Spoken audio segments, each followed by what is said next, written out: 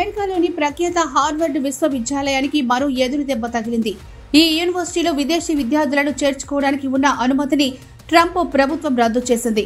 దీంతో ఇక్కడ ప్రవేశాలు పొందిన భారతీయులతో సహా విదేశీ విద్యార్థులపై తీవ్ర ప్రభావం పడనుంది.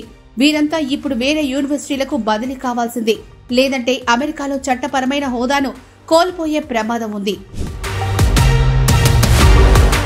తమ ఇన్స్టిట్యూట్లో అడ్మిషన్ పొందిన అంతర్జాతీయ విద్యార్థులు వీసా పొందేందుకు అవసరమైన సర్టిఫికేట్లు జారీకి student and exchange visitor program కింద యూనివర్సిటీలకు పర్మిషన్ ఉంటుంది. యూనివర్సిటీలు ఇచ్చిన సర్టిఫికేషన్తో విద్యార్థులు వీసాకు దరఖాస్తు చేసుకుంటారు.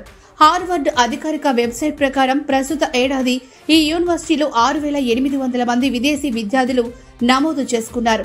యూనివర్సిటీలోని మొత్తం విద్యార్థుల సంఖ్యలో 27% మంది విదేశీయులు. వీరిలో ఎక్కువ మంది గ్రాడ్యుయేట్ స్టూడెంట్సే ఉన్నారు. ఇక భారత్ నుంచి 788 మంది ఈ యూనివర్సిటీలో ప్రవేశం పొందారు. ఇప్పుడు ట్రంప్ ప్రభుత్వ నిర్ణయంతో వీరందరి భవితవ్యం గందరగోళంలో పడింది. హార్వర్డ్ యూనివర్సిటీలలో విదేశీ విద్యార్థుల ప్రవేశాల రద్దు 2025-26 విద్యా సంవత్సరం నుంచి వర్తించనుంది. ఒకవేళ ప్రభుత్వం దీనిపై నిర్ణయం మార్చుకోకపోయినా, కోర్టు నుంచి ఊరట లభించకపోయినా ఈ ఏడాది విదేశీయులకు ఇచ్చిన ప్రవేశాలన్నీ రద్దయినట్లే. ఇప్పటికే ఈ సెమిస్టర్తో డిగ్రీ పూర్తి చేసిన విదేశీ విద్యార్థులు గ్రాడ్యుయేట్స్ గా బయటకు రావచ్చు.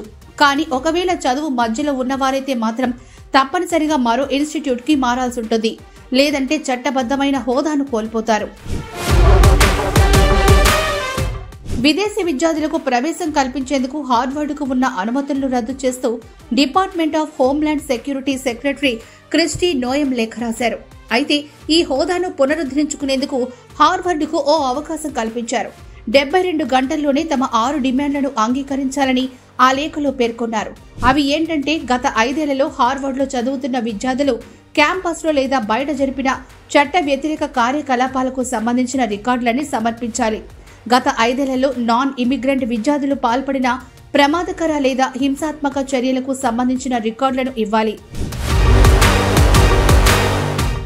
నాన్ ఇమిగ్రెంట్ స్టూడెంట్స్ ఇతర విద్యార్థులను లేదా యూనివర్సిటీ సిబ్బందిని బెదిరిస్తే ఆ రికార్డులను సమర్పించాలి.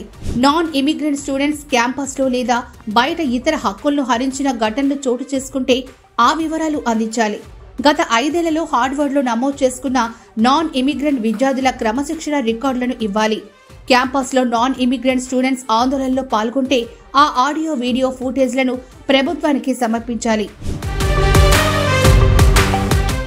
ఈ 6 డిమాండ్లకు సంబంధించిన వివరాలను తమకు ఇవ్వాలంటూ క్రిస్టీ నోయం ఆదేశించారు. అయితే ట్రంప్ గవర్నమెంట్ తీసుకున్న నిర్ణయాన్ని హార్వర్డ్ యూనివర్సిటీ తప్పుపట్టింది. ఇది చట్ట వ్యతిరేకమని, యూనివర్సిటీకి తీవ్ర హాని చేస్తుందని పేర్కొంది. దీనిపై తాము తదుపరి చర్యలకు సిద్ధమైనట్టు తెలిపింది. అంటే కోర్టుకెళ్లనున్నట్లు స్పష్టం చేసింది. కోర్టులో ఊరట లభిస్తే పర్వాలేదు, లేదంటే మన విద్యార్థులకు ఇబ్బందే.